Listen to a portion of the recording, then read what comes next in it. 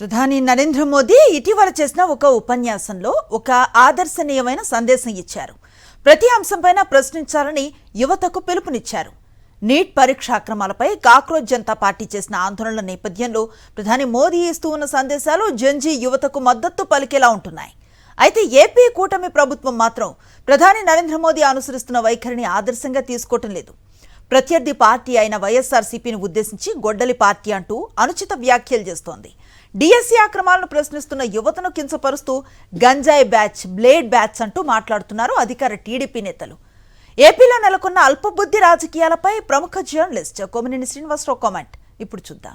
భారతదేశ ప్రధానమంత్రి నరేంద్ర మోడీ ఒక ఉపన్యాసం చేస్తూ ప్రతి అంశంపైన ప్రశ్నించాలని యువతకు పిలుపిచ్చారు. ఇది నిజంగా ఆహ్వానించదగ్గ విషయం. కొద్ది కాలం క్రితం ఢిల్లీలో కాక్రోచ్ జనతా పార్టీ ఆధ్వర్యంలో నీట్ పరీక్ష పత్రాల లీక్ కు సంబంధించి యువత పెద్ద ఎత్తున ఆందోళనకు దిగిన నేపథ్యంలో జరిగిన పరిణామాలకు, ఆ తర్వాత మోడీలో వచ్చిన మార్పునకు ఇది దర్పణం పడుతుంది. ప్రధాని వ్యూహాత్మకంగా తన వైఖరి మార్చుకున్నారా, లేక దేశంలో ప్రజాస్వామ్యాన్ని ప్రశ్నించే తత్వాన్ని బలపరచడానికి చేశారా అన్న దానిపై ఎవరి అభిప్రాయం వారికి ఉండవచ్చు. కానీ మోడీ ప్రసంగంలో ఇది కీలకమైన మార్పు అని చెప్పాలి. కానీ దీనికి ఆయన కట్టుబడి ఉండడమే కాదు, తన మిత్రపక్షాలు ప్రభుత్వం నడుపుతున్న రాష్ట్రాల్లో కూడా అలాంటి వాతావరణం ఏర్పడేలా ఆయన చర్యలు తీసుకుంటేనే విశ్వాసం కలుగుతుంది.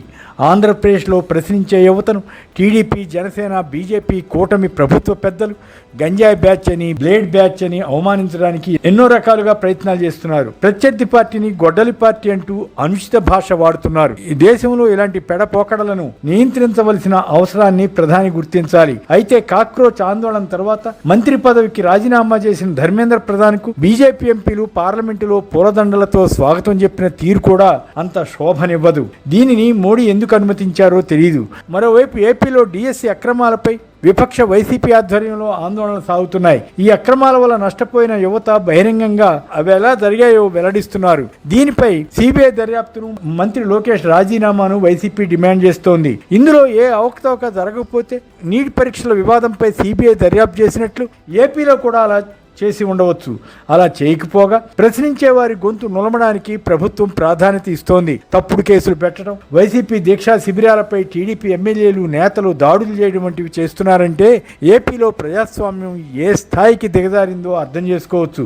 ఇంత చేస్తున్న ఆందోళనలు ఆగడం లేదన్న అసహనంతో పోటీ ర్యాలీలు చేయించడం కూడా ఆరంభించారు. ఢిల్లీలో యువత ఆందోళన చేసినప్పుడు కేంద్ర ప్రభుత్వం కూడా ఇలాంటి వ్యూహాలు కొన్నింటినీ అమలు చేయకపోలేదు. పోలీసులు పెల్లెట్ గన్లు ప్రయోగించడం, లాఠీలను జడిపించడం వంటివి చేశారు. దీనివల్ల బీజేపీకి బాగా నష్టం జరిగింది. ఆ డ్యామేజీని గుర్తించిన ప్రధాని ఆందోళనకారులను ఫ్రెండ్స్ అంటూ అడ్రస్ చేశారు. కానీ ఏపీలో మాత్రం గంజాయి బ్యాచ్ అంటూ ముఖ్యమంత్రి చంద్రబాబు నాయుడు మాట్లాడుతూ ఉద్యమాన్ని అణచివేయాలని చూస్తున్నారు. పైగా ప్రభుత్వం తలుచుకుంటే 2 నిమిషాల్లో అణచివేస్తుందని కూడా బెదిరిస్తున్నారు. జార్ఖండ్ రాష్ట్రంలో పబ్లిక్ సర్వీస్ కమిషన్ పరీక్షలకు సంబంధించి వచ్చిన ఆరోపణల మీద రాష్ట్ర ప్రభుత్వం ఆందోళనకారులతో చర్చలకు సిద్ధపడింది. ఏపీలో మాత్రం అలా చేయడం లేదు. ఏపీలో రెడ్ బుక్ రాజ్యాంగం పేరుతో అరాచకాలను ప్రభుత్వం సాగిస్తోందన్న విమర్శలు వస్తున్నాయి. పంజాబ్ లో ఇలాంటి ఆరోపణలు వస్తే అక్కడ బీజేపీకి చెందిన వారు కూడా ఆందోళనలు చేస్తున్నారు.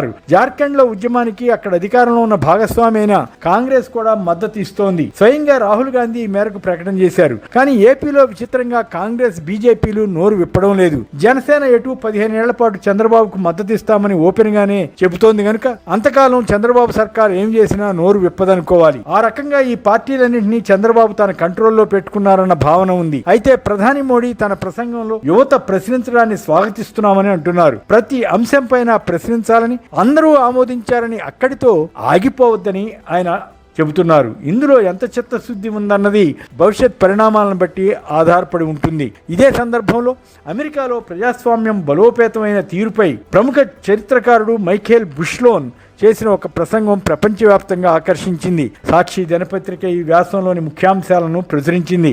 ఆ ఉపన్యాసంలో ఆయా పూర్వ అధ్యక్షులు ప్రజాస్వామ్యాన్ని నిలబెట్టడానికి చేసిన కృషిని, వారి ఉత్తేజపూరిత వ్యాఖ్యలను కూడా ఆయన ఉదహరించారు. ఇది భారత ప్రజాస్వామ్యం బలపడడానికి కూడా ఉపయుక్తంగా ఉంటుంది.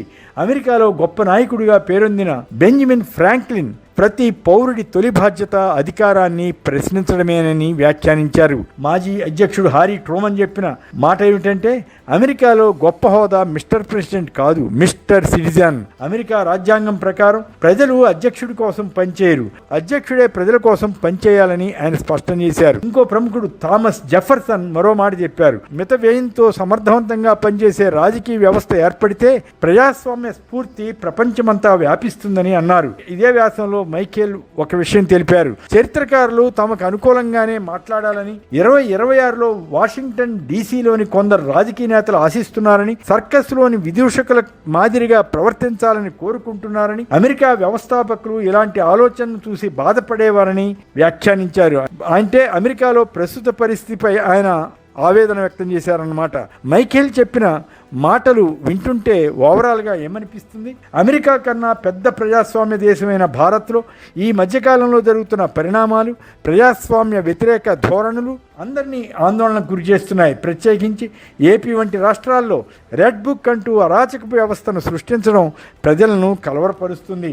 గాంధీజీ, నెహ్రూజీ, అంబేద్కర్జీ వంటి రాజ్యాంగ రూపకర్తలు, దేశ నిర్మాతలు భారత్లో ఇలాంటి పరిస్థితులు వస్తాయని ఊహించి ఉండరు. ప్రజాస్వామ్యంతో నిమిత్తం లేకుండా నియంతృత్వంగా అల్పబుద్ధితో వ్యవహరిస్తున్న నేతల తీరును గమనిస్తే వారి ఆత్మలు క్షోభిస్తాయి.